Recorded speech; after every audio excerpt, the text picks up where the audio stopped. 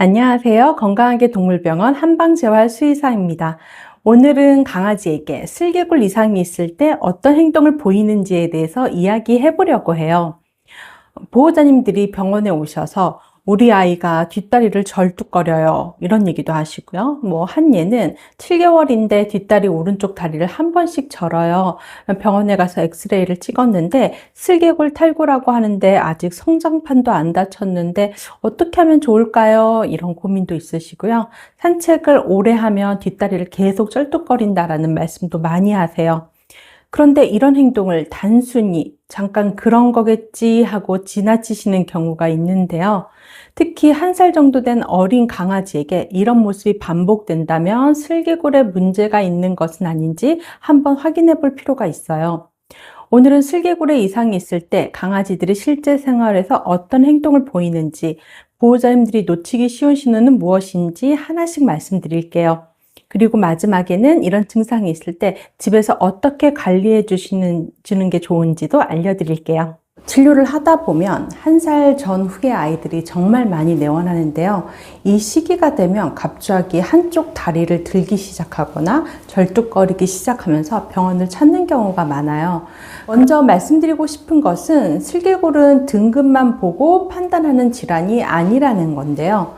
같은 슬개골 3기라도 잘 걷는 아이가 있고 세 다리로만 걷는 아이가 있어요. 혹은 근육이 많이 빠진 아이도 있고요.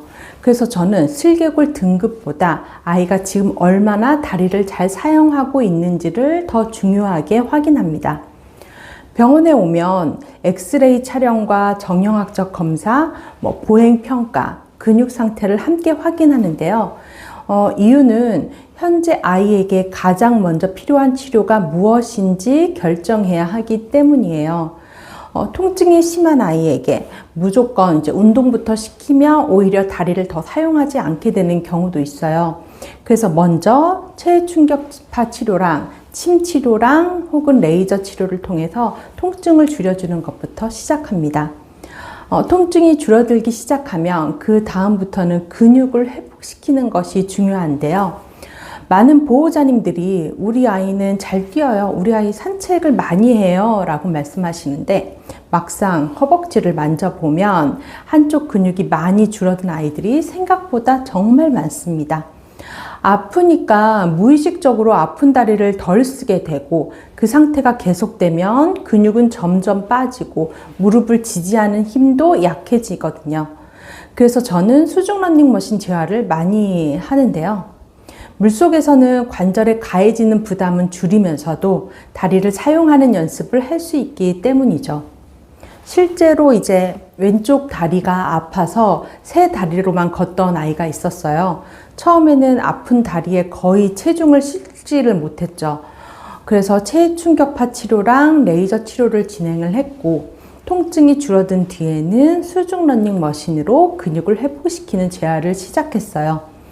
물속에서는 관절 부담이 적기 때문에 아이도 조금씩 아픈 다리를 사용하기 시작했죠. 처음에는 몇 걸음 뿐이었어요. 하지만 이제 치료를 반복하면서 세 다리로 걷던 아이가 조금씩 네 다리를 모두 사용하기 시작했고, 걸음도 점점 자연스러워졌습니다.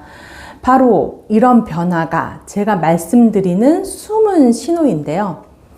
숨은 신호란 갑자기 기적처럼 좋아지는 것이 아니라, 보호자님들은 이제 그냥 지나칠 수 있지만 수의사, 그러니까 재활 수의사가 보면 회복이 시작되고 있다는 것을 알 수 있는 작은 변화들입니다. 예를 들어 다리를 드는 시간이 짧아지고 내 다리를 사용하는 시간이 늘어나고 걸음이 조금씩 자연스러워지는 것, 이런 변화들이 하나씩 나타나기 시작하거든요. 그런데 여기서 보호자님들이 가장 많이 실수를 하시는데요. 이제 괜찮아졌네, 이젠 잘 걷네 라고 생각하고 산책을 오랫동안 하거나 집에서 마음껏 뛰어놀게 하거나 이제 점프하거나 오랫동안 서 있게 하는 경우가 있어요. 그러면 이제 다시 쩔뚝거리기 시작하는 아이들이 생각보다 정말 많습니다. 좋아지고 있는 것과 완전히 회복된 것은 전혀 다른 이야기거든요. 그래서 좋아지는 아이들의 보호자님들은 무리하게 운동량을 늘리지는 않아요. 밖에서는 필요한 경우 보조기를 착용을 해서 관절 부담을 줄여주고 미끄러운 바닥도 관리해 주시기도 하고요. 운동량도 아이 상태에 맞게 천천히 늘려가세요. 그리고 제가 보호자님들께 거의 매일 말씀드리는 것이 하나 있는데요.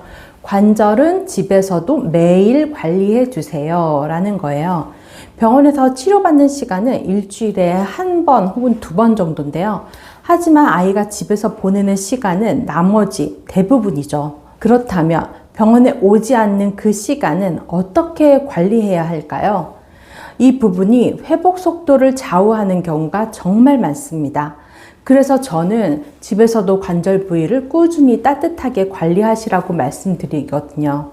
특히 근적에서는 병원 치료를 대신하는 것이 아니라 병원에서 받은 치료를 집에서도 꾸준히 이어갈 수 있도록 도와주는 보조적인 관리 방법이에요. 실제로 꾸준히 관리해 주시는 보호자님들을 보면 아이들이 더 편안하게 움직이고 회복 과정도 안정적으로 이어지는 경우를 많이 보게 됩니다. 슬개골 탈구는 수술만이 답인 질환도 아니고 재활만으로 모두 해결되는 질환도 아니죠. 중요한 것은 아이의 현재 상태를 정확히 평가하고 그 상태에 맞는 치료와 집에서의 꾸준한 관리가 함께 이루어지는 것입니다. 혹시 우리 아이도 슬개골 때문에 걱정이 되신다면 혼자 고민하지 마시고 정확한 검사를 받아보시길 바라요.